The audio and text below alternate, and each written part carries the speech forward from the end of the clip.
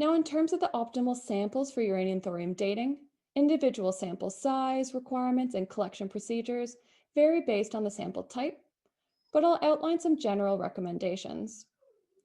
Most importantly, you must design your sampling strategy very carefully, and this should be done before going to the field.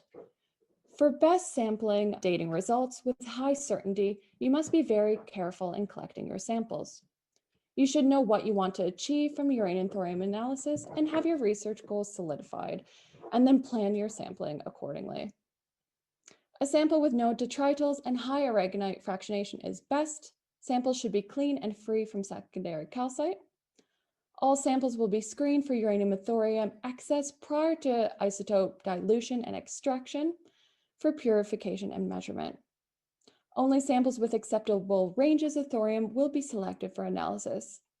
So samples that did not remain closed with respect to uranium and thorium will yield ages that may not fit with established chronologies. Now, in terms of different samples specifically, for coral samples, for the best results, make sure your samples are clean and free from clay minerals and other detritus. It's highly recommended to check the mineralogy of your sample, which can be done using XRD. You should choose samples with the highest amount of aragonite. If your coral sample shows any signs of diagenesis, they will not be suitable for uranium-thorium dating as the exchange has begun. For stalagmites, you should choose your samples that are candle in shape, have continuous growth, are far away from the cave entrance, and are wet to ensure they're still growing. You should ensure your samples are still intact and show limited signs of dissolution, as shown in the photos on the right.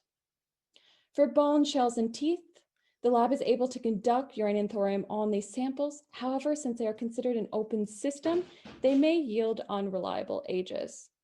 If your samples are relatively young, within the radiocarbon threshold, then you should consider another dating method. The processes and best samples will depend on your type and site, so it's best to discuss optimal samples with your lab ahead of your field campaign and ahead of preparing them and sending them for analysis.